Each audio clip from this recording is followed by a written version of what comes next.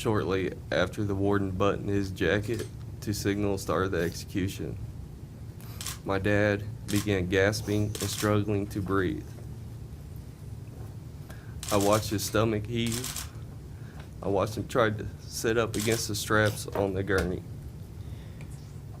I watched him repeatedly clench his fist.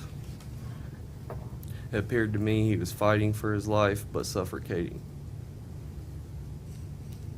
The agony and terror of watching my dad suffocate to death lasted more than 19 minutes.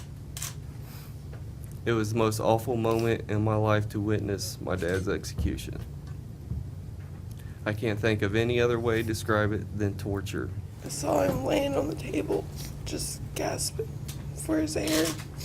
His head kept coming up, and his mouth was wide open, and he's making all kinds of horrible noises. And it went on for a while. And I ended up I had to pull my hat over my head because I couldn't see it no more. It was horrible. I want to stop the death penalty in Ohio. I don't feel like any family should deal with what we dealt with over the past couple of days, let alone yesterday. I don't feel like anybody deserves that. Families or my dad, anybody on death row, nobody deserves to go through that. This was an experiment, a new experiment. We're unaware of any instance in which these two drugs were used to execute anyone. And we don't think Mr. McGuire should have been an experiment for the state of Ohio.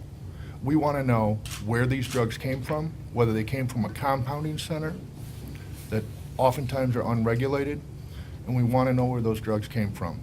Because we want to know, most importantly, whether those compounding centers or those pharmaceutical companies knew what these drugs were being used for.